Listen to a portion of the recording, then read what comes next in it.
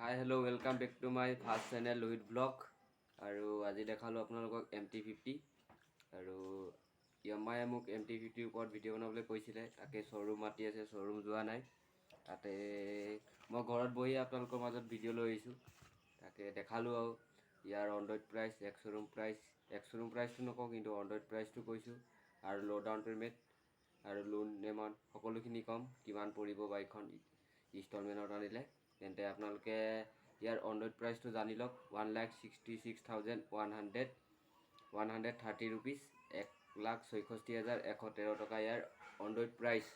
আৰু আপোনালোকে যদি মিনিমাম ডাউন পে'মেণ্ট কৰিব বিচাৰে, মিনিমাম 75,000 ল' ডাউন পে'মেণ্ট কৰিব পাৰে। আৰু আপোনালোকৰ যিটো লোন এমাউণ্ট হৈ যাব, সেইটো 1,60,500 লোন এমাউণ্ট হয়। যিটো আপোনালোকৰ ইণ্টাৰেষ্ট হৈ যাব 12%।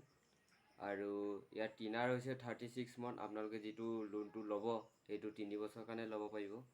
আৰু মন্থলি আহিব 4,459 ৰুপিজ, 4,459 টকা আপোনালোকৰ মন্থলি ইনষ্টলমেণ্ট আহিব। আৰু টোটেল প্ৰাইচ হৈ যাব 2,35,500 টকা। আৰু ভিডিঅ'টো যদি ভাল লাগিলে লাইক কমেণ্ট শ্বেয়াৰ কৰিব নাপাহৰিব। আৰু ডিছক্ৰিপশ্যন বক্সত ডিলাৰৰ কণ্টেক্ট নম্বৰ দিয়া থাকিব। আৰু কিবা যদি অসুবিধা থাকে মোক কণ্টেক্ট কৰিব পাৰে। তেতিয়া আজিৰ ভিডিঅ'টো ইমানেই। জয় আই অসম।